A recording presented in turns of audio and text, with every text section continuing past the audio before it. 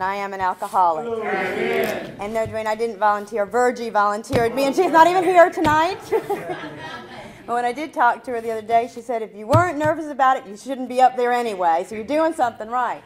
And I am nervous. My sobriety date is April 5th, 2009. And before I forget, I want to thank my mother and my sponsor, the two most precious women in my life today, for coming to support me. I was born and raised into a wonderful family, a supporting, loving, encouraging family of 6 children. I was the second oldest, and I had 2, when I was 16, I guess, the 2 youngest ones were born. We lived in New Jersey in a nice neighborhood, in a nice house, and things just were always normal. Even though I was messed up, things were normal. I was thinking about it the other day, is the interesting thing about it is I don't remember, arguments or fights or thinking things were wrong with other people, because I think I was too self-centered. I only thought about me. So I didn't notice if things were not right around me. I was just so into my own self and my own fears from my first memory. When I went into kindergarten, I would not come out of the cubbyhole. I sat in there with the coats around my head and wouldn't come out until I heard the kitchen aide say 2 special words that I needed to hear, that she needed someone special to come here to help her. And I needed to be needed. I wanted to be special in such a bad way. I didn't know that's what it was then, but I finally came out and I helped her, and for that very moment, I felt so good. And I remember turning around and looking at the class, all looking at me, thinking, I want to just die and go into a hole. And that fear never left me until I found sobriety. It just grew. And I always felt like there was something wrong with me. Nothing was right. I couldn't do anything right. I wanted everybody to like me. And if you told me your favorite color was blue, it was blue. And the next person said orange, I said orange. That's just the way it went. As my mother used to tell people, Lynn is who she's with. And that's exactly what I did. I became whoever I was with. But what I learned was what I needed to do was to lie. I needed to lie all the time to make people like me, to explain my odd behavior, to rationalize why I didn't do my schoolwork. My older sister was beautiful, talented, intelligent, and so well loved. She was 2 years older than me, and so the first couple of years in school I'd hear, oh, we have the sister coming. By the time I got to 3rd grade, it was, oh God, we have the sister coming. Because I had a reputation of being a liar. I had a reputation of being high needs, clingy, and needing special attention. And I did. And I pushed people away all the time. I would, if you did give me any kind of attention or agreement, I would suffocate you because I would just not let go of you. And when people would say to me, what is wrong with you? Why do you behave this way? Or why aren't you doing your schoolwork? Or why aren't you doing your homework? I didn't have a reason. And I can remember one teacher saying to me once, you're not expected to be like your sister. I don't expect you to be your sister. You need to be who you are. Who are you? And I remember saying to her, I have no clue. I had no clue. I felt like an empty shell of a person, and I lived in fear all the time. And the lies just grew and grew and grew with me they were insane. The things I would tell people were just insane. But that's what I did to survive, was lie. And alcohol was always a part of life. It was just there. We had a family song that, I'll tell you the first verse went, drunk, drunk, drunk. I was drunk last night. I was drunk the night before. I'm going to get drunk tonight like I've never been drunk before. But when I'm drunk, I'm as happy as can be because I'm a member of this family. And the last verse ended with drinking a keg all alone. That's just what we sang when we got together for family get-togethers. So alcohol was just always there. And yes, I'd see people get drunk and I'd see people do stupid things, but that's just what they did, and I just didn't seem odd to me. It just was what it was. And my brother, who was 1 year younger than I, and my sister, we would go around and finish off the beers and the drinks, and we'd go in the garage and drink the beers until the time I found the beer that was full of cigarette butts and never drank a beer again until I couldn't taste it. I could still taste that taste. Or my poor grandmother, who would send us up to get our vodka tonic, and we'd bring it back down. She goes, can't taste the vodka in there, because we just put water in because we drank the vodka. And this is just what we did, just kid stuff. But when I was 13 years old, I went to babysit for some family friends. And they had an older son who was at a friend's for a sleepover, but he came back after his mom left, and I just thought he was God. And but I knew I wasn't good enough for him. So when he came back to see me, I was like, wow. And he says, have you ever had this green drink? I don't know what he's talking about. I'm like, no. And he brings out this glass container. I can still see it on this cart that it was kept on with these pretty glasses. And he said, well, would you like some? I'm like, sure. You're giving me attention. I'll do whatever you ask. And so he didn't use the little glasses that were on the cart. He used the big iced tea glasses. And I, to this day, can remember taking that glass. I can remember how it felt smelling it and how it permeated through my nose. I can remember putting the glass to my lips and feeling it coat my tongue, my throat, going to my brain, my fingertips, and my toes, because I drank that glass in one gulp. And we finished that bottle. And I don't remember everything about the night, but I knew all of a sudden I could sing, I could dance, I was smart, I was pretty, and I was too good for this guy in the room with me. I describe it as when I put that glass down and I opened, because my eyes were closed, and I remember opening my eyes going, it was as if I could breathe for the very first time in my life. I found my oxygen. And I don't remember getting sick or feeling hungover the next day. I just knew I wanted to do it again, and I wanted some more. And so I looked for opportunities, and they weren't that often at that young age, but I took them when I got them. And I learned a few tricks about sneaking drinks into your soda bottles, and I would take it to school with me. And I don't remember, it's been so long which way it happened, but I know at one point the principal actually called me down to his office because he told me he'd been watching me in between classes going and drinking out of this Coke bottle, and he went and opened that locker and found I wasn't just Coke. And were there any problems at home I needed to talk about, or was there anything he could do to help me? And I said, no, and I lied, and what I learned was to keep that in my purse. And that's what I did. And it wasn't like I was drunk all day, but I was just getting enough to have that confidence to look somebody in the eye well enough to tell them the lie I needed to tell them to get through that moment. And I met some people who had some brothers who were college students, and I'd go get to parties with them when I could. I actually got applauded for being able to throw up gracefully after drinking beer bongs, and I thought, great, credit to me. Finally I'm getting somebody here inside. I can throw up gracefully. And I would sneak out when I could, and my brother and I would sneak what we could to the woods or to the abandoned house across the street. And I thoroughly enjoyed that escape. But I never had that experience again like that first night. I never felt like, oh, this is wonderful. It was enough just for the few moments, and then it was gone. And I wanted to drink until there was nothing else I could find.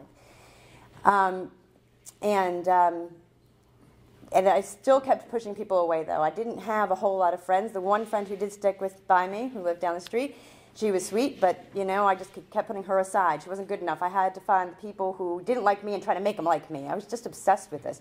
And I didn't understand that if I wanted to get those straight A's like my sister did, that I actually had to do the work. School, that's not what school was about for me. I never applied myself. How I passed any grade through high school, I'll never know. When I was sophomore year ended, my parents decided we'd move to North Carolina. And it was kind of sad to say goodbye, but there were two great things about moving to North Carolina. One, my sister was going to college, so she wasn't going to be my predecessor anymore. And two, I was going to get to make a new start. I was going to come down here, and I was going to be studious and smart and pretty, and I was going to do all the right things and be modest and get a good boyfriend and join all the right clubs, and I was just going to do it all right. And we moved down here, and my neighbor she was that mirror image I wanted to be. And that was great. So I was going to hang out with her and do it all right. And about 2 weeks into school, she said, hey, we're having a small party.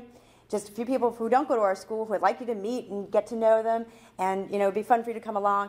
I remember the first 20 minutes of that party, and that was it. By the next day, I had threatening phone calls coming from women from different counties, from people in colleges, people I was overwhelmed, and it was, what in God's name have I just done? And it was ruined. I was done. No point trying to fix anything. Let's just keep going down that hill, and that's what I did.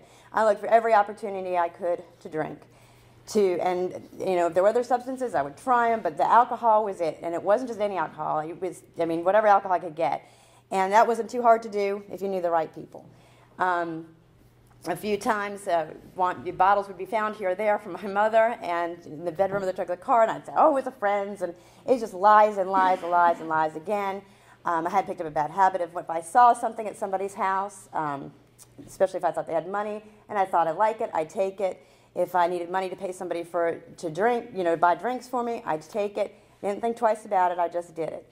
And the lies to the teachers, the lies to everybody were just so insane. I had a hard time keeping them straight, and I get called on them a lot. So once again, I didn't have too many close, really good friends. One thing I did learn when I was in New Jersey was how to take pictures and to be a decent photographer and use all the equipment. So I had, when I moved down here, they had a need for that in the school. Nobody else knew how to do that. And the darkroom was an alcoholic's dream because there were 3 people in that whole entire school that had the key. The student editor, the teacher, and me. And it's dark. You can't see anything in there. And the chemicals all have to be in certain order, so nobody ever touched anything unless they knew what they were doing. Perfect place to hide your alcohol. And so there was always something back in there. And you could go in there and be in there, and nobody could come in because they'd ruin all the film, and the doors were locked. So it was a perfect escape. And my brother was in the high school with me, but he had his own wonderful group of kids he hung out with. And so we didn't mix too much. And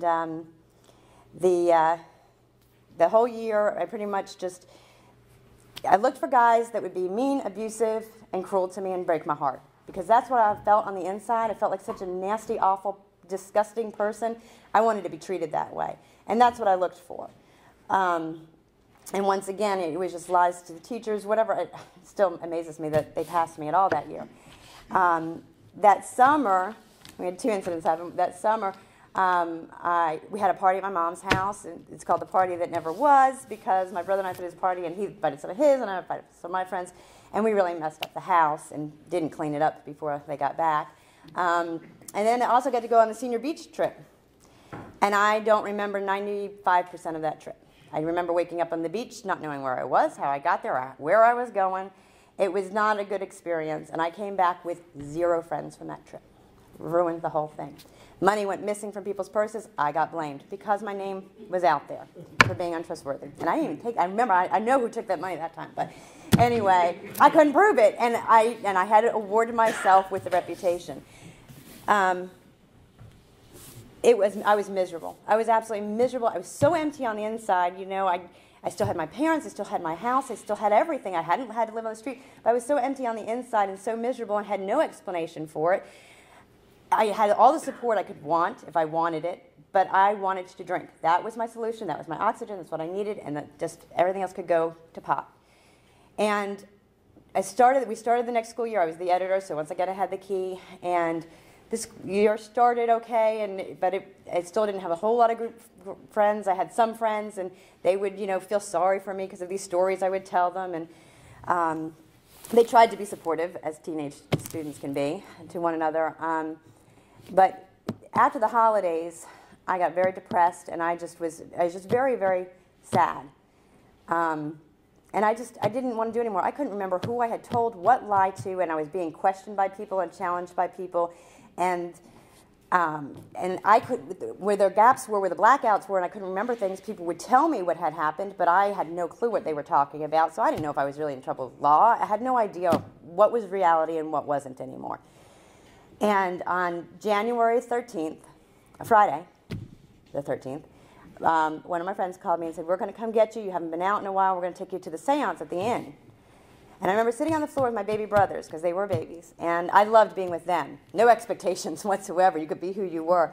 And I loved being with them, and I hugged them, and I kissed them, and I remember thinking, that's it. I'm done. I don't want to live anymore. I'm done. And I went out that night. I don't even remember them coming to get me. I don't remember leaving the premises. Next thing I remember is being in somebody's strange apartment and people looking for me, and then I kind of blacked back out again. And then I remember getting sick in the back of a car. I don't remember anything for a while again. Then I remember being in a bathtub full of bottles, just full of alcohol bottles, trying to find some with more alcohol in it. They were all pretty much empty. And I remember busting the glasses. And then the final thing I remember about that night was being pulled out with the majority of my clothing missing from underneath a bed by a very large paramedic. And I remember them picking me up and putting me on the bed and looking at me and saying, "We've had it. We've seen you too many times. You have 3 choices. You have jail, you have Dorothea Dix, or you have Pinehurst Treatment Center." I didn't know what Pinehurst Treatment Center was, but I thought that sounded less threatening, so I chose that one. I don't remember the hospital ride over. I just remember waking up the next day hurting from head to toe and being strapped to a bed. A very large man standing over me saying, "My name is so-and-so. This is where you are. Are you wanting to stay?" And I said, "Can anybody come in?" He said, "No." I said, "Yes, this is where I want to stay." I didn't want to see my parents. I didn't want to see anybody. I didn't understand why I wasn't dead. I didn't understand why I wasn't dead. They told me I had enough alcohol that I should have died. I had slit my wrists. My wrists were bandaged. And I was on suicide watch. And I stayed on suicide watch for a while. I remember my parents coming in and just so glad when they left. And I remember being there and just being glad I was somewhere where people couldn't come in. And glad where I didn't have to talk. And I remember my counselor telling me, when you go to these meetings and you're in these groups, listen for similarities. I'm going, what similarities? These guys are so old, in their 40s and older, and I'm 18, and they've lost their houses and this and that, and, you know, come on. And it was mostly men. And I finally did hear an older gentleman talk about that total irrational fear that I have felt my whole life. And then I remember these words, and this is why I tie it to myself so often and always have, of how when he took that first drink of alcohol, he could finally breathe. And I said, darn, this is where I belong. And I hung on to AA from that point on for a while. And it became everything I breathed. I went to a halfway house. I went to meeting after meeting after meeting. I was involved in the holidays, get-togethers. I was working the steps. I had a good sponsor. I went to Howard Johnson's every night when we had the Howard Johnsons, and I loved it. I loved AA. I loved being a part of the group. I loved being around people who had that like-mindedness and understood this total compulsion to drink. And I didn't have that. The obsession to drink was removed. I did not have that after that last night. It was truly, truly a gift. And things were good. When I came back from the halfway house, things were a little rocky at home. My father did like to drink a little too much. My brother still liked to drink a lot. And it was actually, he had said to me one day, I was only, maybe April, May, June, July, maybe three months sober. So it was probably right after I got home.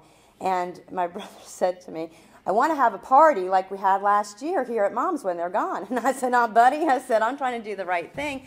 I can't be a part of that. Well, he was so angry with me, his best friend had to hold him back because he was trying to knock me out. And then I stepped back and I thought about it.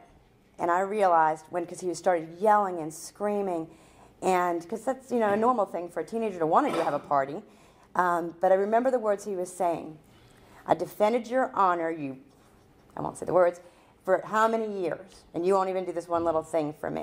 And then I realized he put up for 2 years, well, a year and a half, listening to all of the truths and trying to defend my honor and stop stories from being told.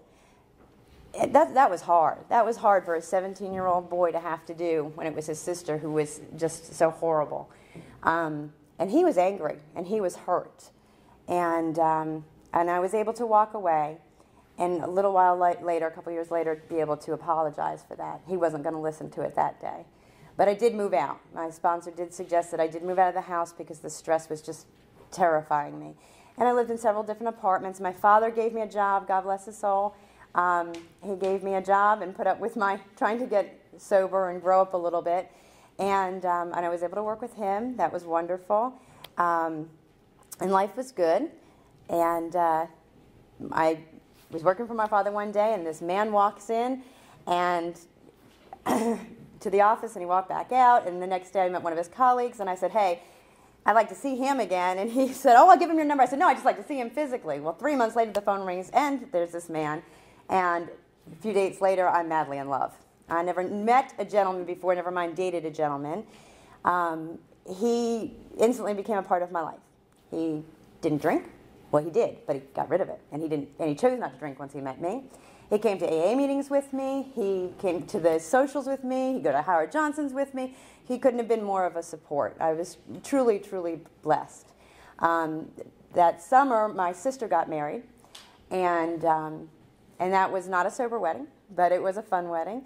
And I was able, it didn't even dawn on me to drink. I actually had fun sitting back and watching everybody else drink and make fools of themselves. That did.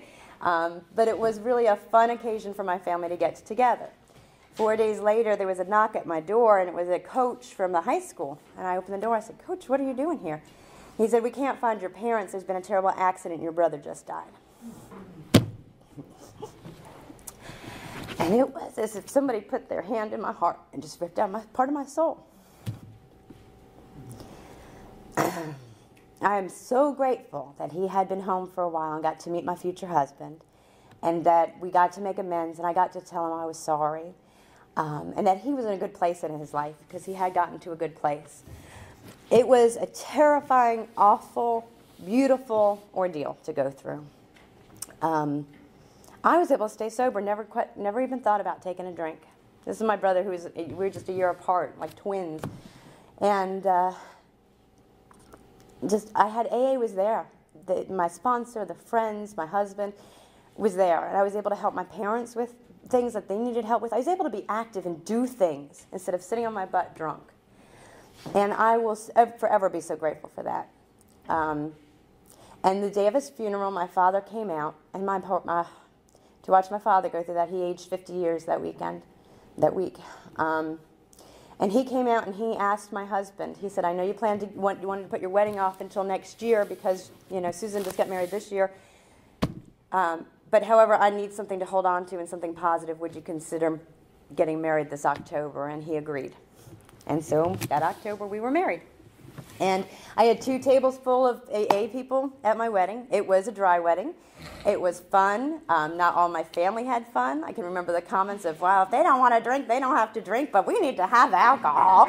And they'd sneak downstairs to the bar, and they'd come back up like we didn't notice it on their breath. And they had actually planned a party at the hotel for after the reception, the real party, as they called it. There were actually speeches, and it was because of the timing of it. And I look back at it now, there were speeches and toasts and lots of talk about my brother and my family and all of that. And my husband tolerated that well because he knew what it meant to me and to him, that it was about us getting married and about our marriage. And it was truly a beautiful day. And I couldn't have been more supported by family and friends. I just couldn't have been, and enjoyed it any more than I did. And I got pregnant right away. Here it comes. I got pregnant right away and lost the first baby. And I kind of fell into a depression. And a few months later, my husband said, welcome back. And I said, what are you talking about? He said, you were gone for a while. And I said, I was. But just emotionally, it's where I was. And I got another job and worked for a little while. And I was pregnant again. And things were still good. And I was going to some meetings, not quite as many. But I was going to some meetings. At this point, I had changed sponsors. I had gotten very dependent on my sponsor, and if she said something was go, I went, and it was kind of a difficult situation, so I had gotten a different sponsor. And 6 months later, I was pregnant again, and this time I was getting a little more overwhelmed. And by the time I was pregnant with our third son, yes, all sons, our third son, my husband called me one day and he said he wanted some money to go buy me a birthday present. And I said, we just don't have that much money right now. And he was angry. I remember my husband being very angry. And it just cringed me. I cringed because he was so angry. And I took that as a reflection on me. What did I do to make him angry?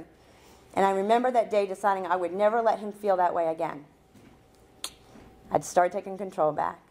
Started going to less and less meetings. The last thing I stopped using a sponsor. I stopped going to regular meetings. The last thing I let go of was service calls because, well, I was so wise I should still be going on the service calls. And I eventually let go of those too. And what I started to do was rely on myself again. Not a good place to go. And I was able to lie to my husband left and right about money all the time. I just lied. If he wanted something or he wanted to buy something, I'd say yes because it made him feel good, and that's what I wanted to do, make him feel good because that should be in my control. And it went on for some years. And by the time we had our 5th son was born, and this is pretty quick. They kept coming. When our 5th son was born, about 6 months after he was born, it was overwhelming. And I didn't dare ask for help because God gave me this family and God put me here. And if I can't handle it alone, then I'm failing, So I didn't ask for help. I didn't reach out for anybody to assist me in any which way. When he was 6 months old, I decided to tell my husband it was time for me to start drinking again. Now, he didn't know me until I was sober.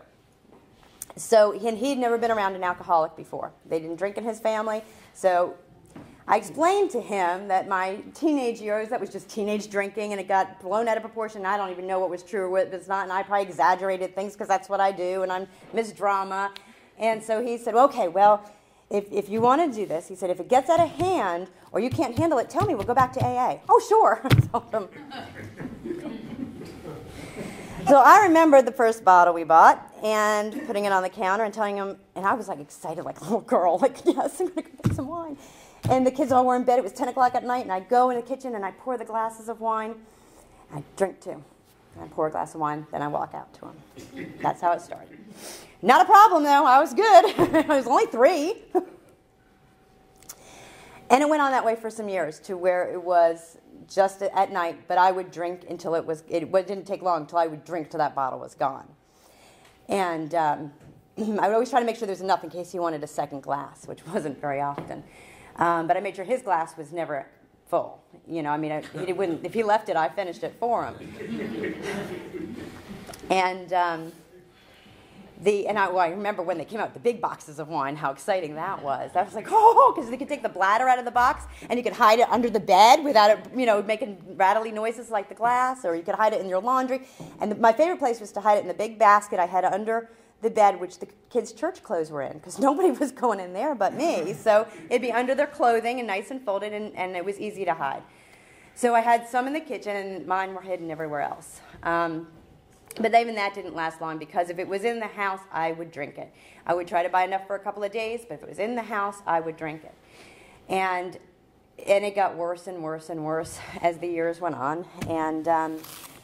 And I just continued to lie to him over and over again. A couple of times he figured out, you know, something was wrong, and I promised him I'd never do it again, but I did. And and my husband doesn't have a sense of smell, so I could really get away with it. And he worked long hours. He was off on the weekends, but he worked long hours. So he was exhausted by the time he got home. When I had my 6 months after my 5th child, from the 5th child to the 8th child, yes, my 8th son, when he was 6 months old, I decided nighttime drinking wasn't cutting it anymore. I was going to start doing it earlier, because he was coming home and the house was a mess and the kids were noisy, and he also is very noise sensitive, my husband. And it was just total chaos, and I couldn't keep things clean, so it would make it better if I started drinking before he got home. That was my logic. And I remember the day I decided to start drinking at 6:30 when he called to say he was on his way home. Just 1 or 2, just to calm my nerves down. And that didn't last long, and that window between 6:30 and 10 o'clock was just, it was start at 6:30 and drink till you passed out or the wine was gone. And I would get nasty. I am a mean drunk. The night that I went to that seance, the first time around, before I came in the program, I actually had thrown somebody off a roof and broke her arm. I didn't know that till she came and saw me at the hospital. But I was a mean drunk, and I was home was where I was. We homeschool our children. I was home all the time. I didn't go anywhere. I wasn't involved with anything. What little things I did do outside of the church, outside of my home, within my church and my community, I didn't do anything else but stay home. I avoided people at all costs. And the night times were just horrendous. My husband said it was like being married to Dr. Jekyll and Mrs. Hyde, because I would in the morning be so remorseful and so regretful, and so many times I would have to just kind of tiptoe and poke around because I couldn't remember what had happened, so I didn't remember if I passed out or if we fought.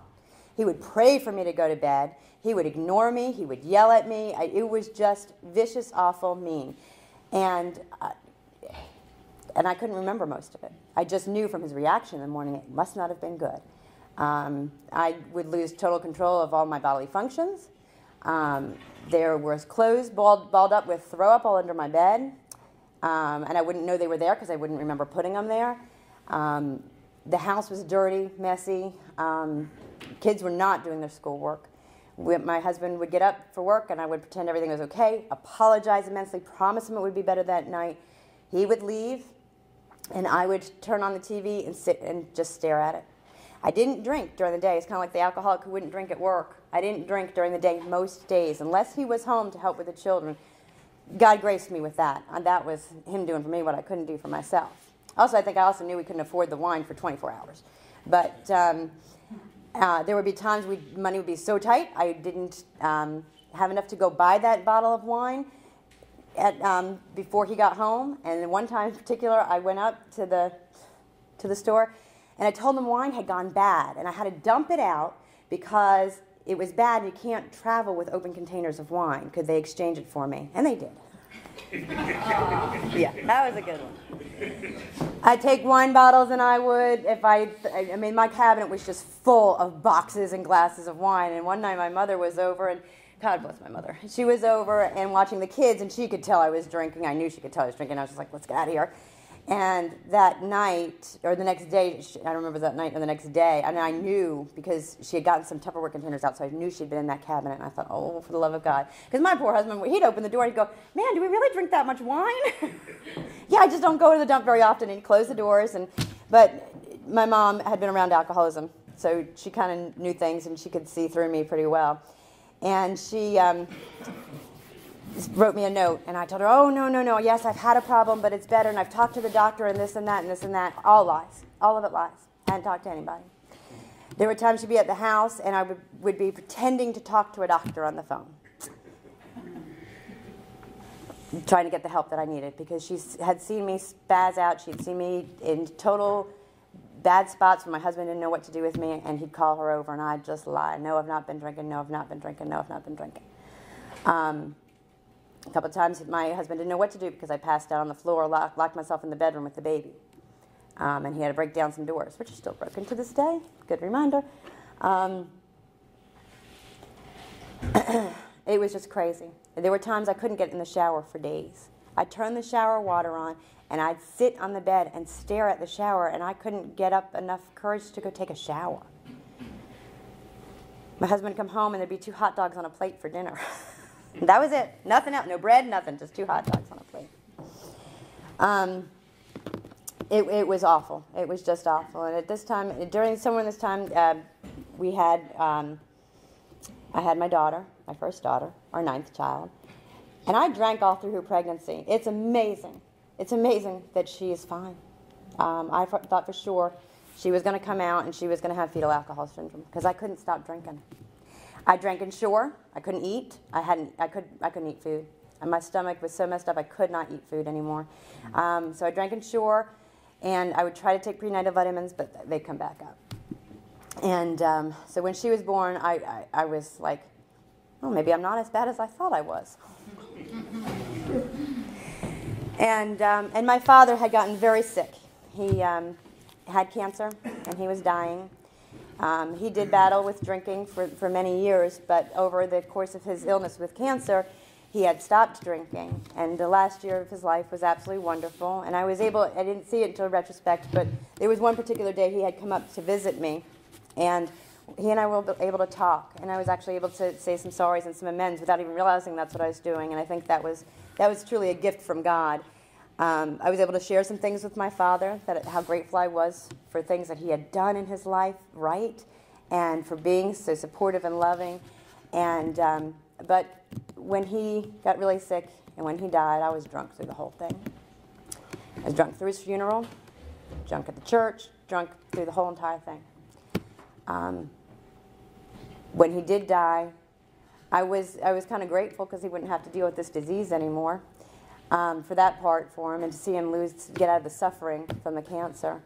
But I couldn't really be there because I was too drunk. And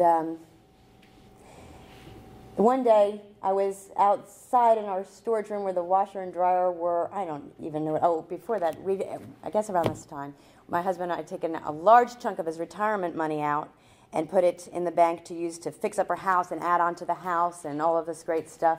And over the course of a year and a half, that money was gone.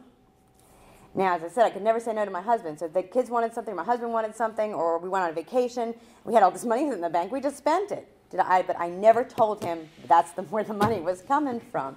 And because I had always done the bills, and I always kept tight strings on the purse so he wouldn't know what I was doing, he had no clue. He had absolutely no clue. And so the money was going down and down and down. And as I was getting sicker and sicker and sicker, and just not paying the bills anymore. And it was November of 2008. I was out in this room, and I fell somehow. I broke my front teeth off and cut myself up pretty bad. And then it just finally all hit him. And he said, that's it. And he called my sister. She came down to help out. And he's telling me, you're drunk, you're an alcoholic, I've had it, no more excuses. For a while there, we kept blaming it on this disease. There's a thyroid disease a woman gets when she's pregnant that imitates alcoholism. I'm not kidding you. Your breath actually smells like alcohol, and you can act like you've been drinking. And I used that through 2 pregnancies. I even took the medicine. I even told him I got medicine from the doctor for it, and I scraped off all the numbers and stuff off of it and put it into a bottle so that it looked like thyroid medicine. So anyway, whatever I could do, though, so I could keep drinking and not let him know I was a liar.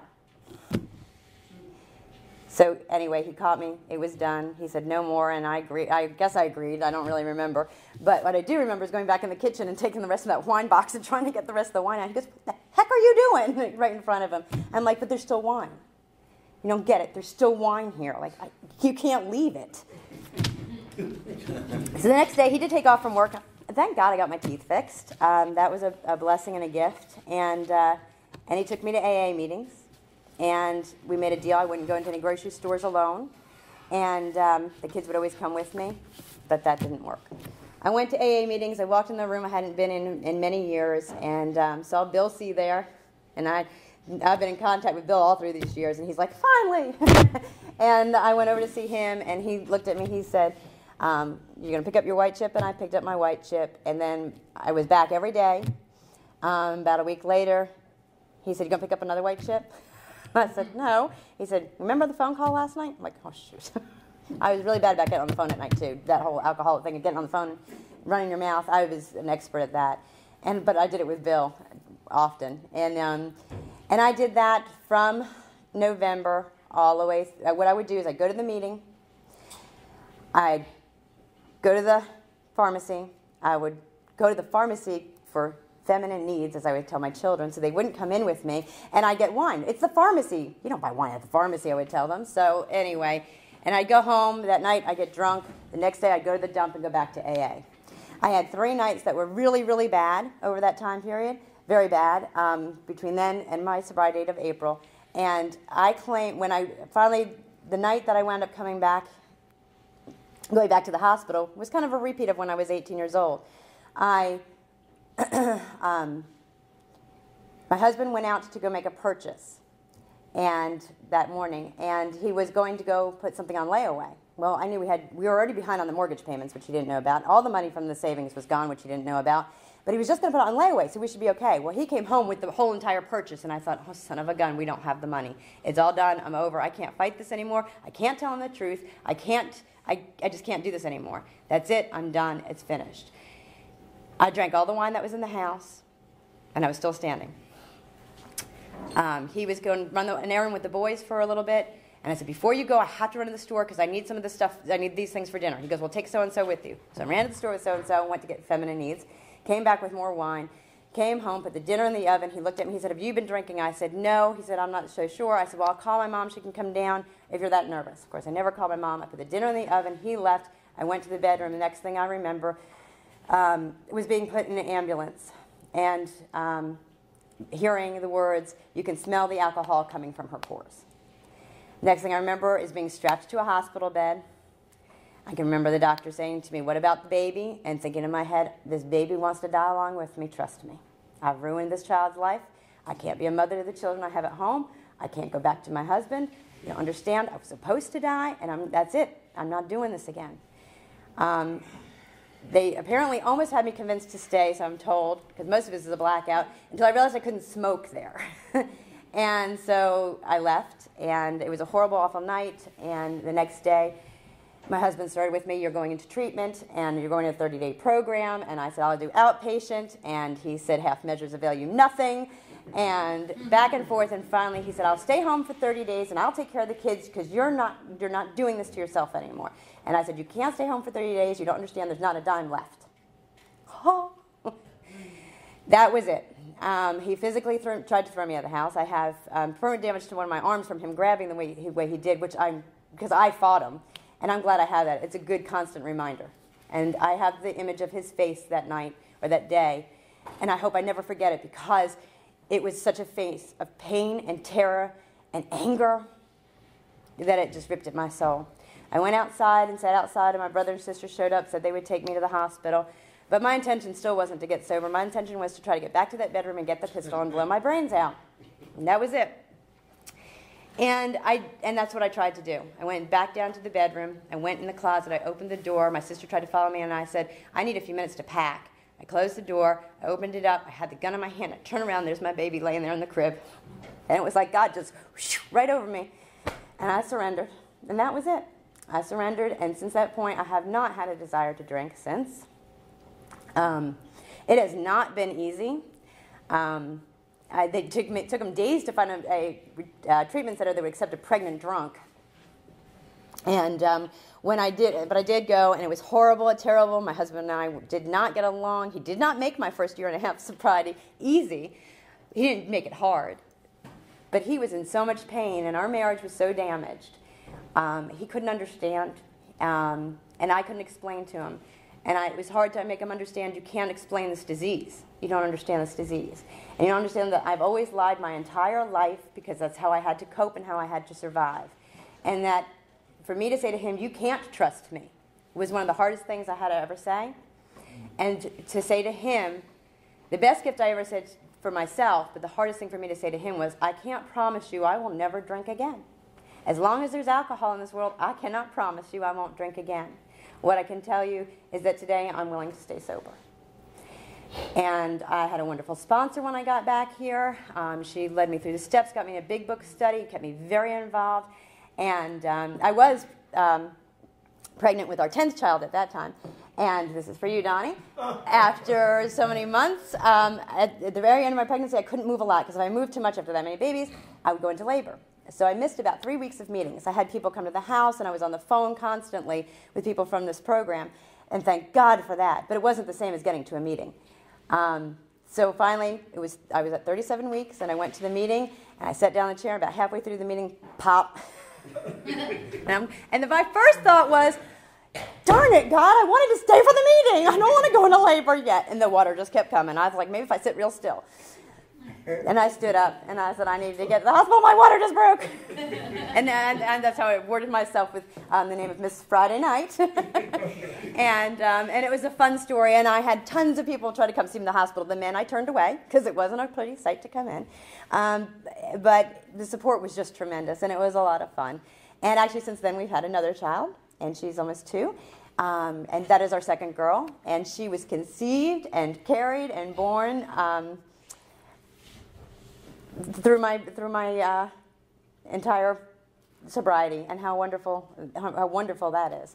And my babies all came to AA meetings with me, and some of my children have come to AA meetings with me. My husband and I are doing very well. As a matter of fact, last October he fell and injured himself. We had a great 5-year plan to retirement set. He fell, broke both his rotator cuffs, probably will never work again. But God's good, and he's provided for us, and things are good, and not once have I wanted to drink. What I do know, and what I pray to God I never, ever forget, is that this is my oxygen in these rooms. My sponsor is vital. My steps are vital. Service work is vital. But it's in these rooms. When I walk in these rooms, I can breathe again. When I missed the week after my son was born, when I missed 5 days of meetings, on day 6, I ran to a meeting. I wasn't legally supposed to, but I ran to a meeting because I needed to be here. I needed that oxygen. I need to come in, and I need to relate, and I need to hear, and I need to hear all the stories of what it was like, to remind myself of what it was like, because I've proved to myself that I have a disease. It's not a disease of drinking. It's not a disease of myself. It's a disease that is a mental disease. It is mental, physical, and that all kills the spiritual. And without spirituality, without God in my life, I will die. But my mind is too sick to get that on my own. I can't go and pray in a chapel and stay sober. I have to come to these meetings, and I have to connect with people who have been there and who can show me what to do next and encourage me with their own stories. And I hope to God that I never forget that, because I know I could drink again. I know I will die if I do. There is no question about that. I am so grateful for this program, and I'm so grateful for the opportunity to share tonight. Thank you.